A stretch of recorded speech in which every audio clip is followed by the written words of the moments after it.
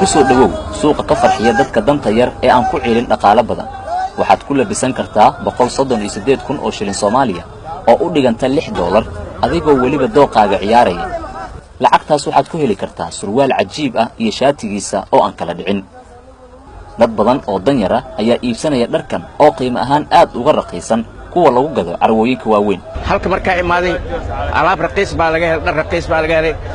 dharkii $2 $1 iyo bar wixii aan ku qaatay markiida waxa wadataa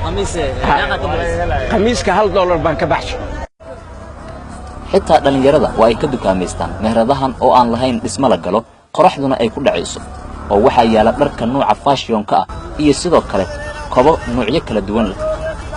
dadka sidoo badan markay ciidayaan waxay isticmaalaan qarashaad aad u fara badan aniga ahaan maanta maqyaas kartiin waxa ku soo iibinaynaa ama dharkan qiimo ay u fadhiyo maanta dharkan wato waa surwaal iyo shaati qiimahooda marka la sidayna waxa waa $5 adiga dhan $5 ku iibaa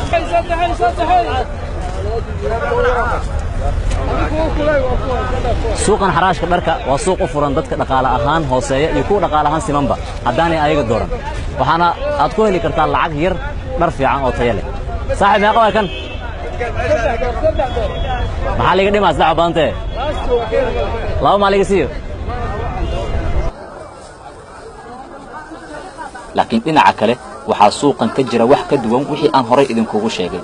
carwooyinkan leerarku ka shidan yihiin mashquul badan ayaa ka jira qiimaha dharka lagu iibiyana ma ahan mid jaban waxaana ka adeegta dadka dhaqaale ahaan ladan niyow meeqa waa shaakan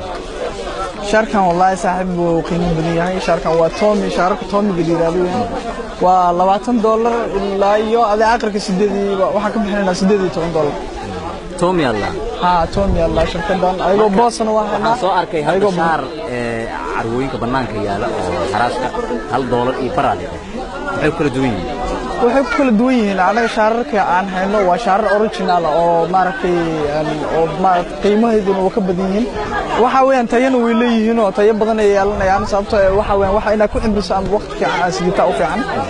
banaanka waxa weeyaan $1 bar wax lagu dhahayo waxaan u maleynaa wax lagu cimrinayo ma aha waa shaar haddii aad laba maalin sidoo maalin saddex aad qaadan karin kan laakiin 20 sano waad sidin kartaa haddii uusan ka yaraan asaga kala duwanaanshahan waa mid tusaale u ah heerarka dabaqada nolosha ee Muqdisho oo qoys ayaa halkii cunugba ku ciisinaya $100 iyo ka badan midna $5 ayaaba uga filan guud ahaan dharkiisa Munassar Maxamed Cabdi Universal TV Muqdisho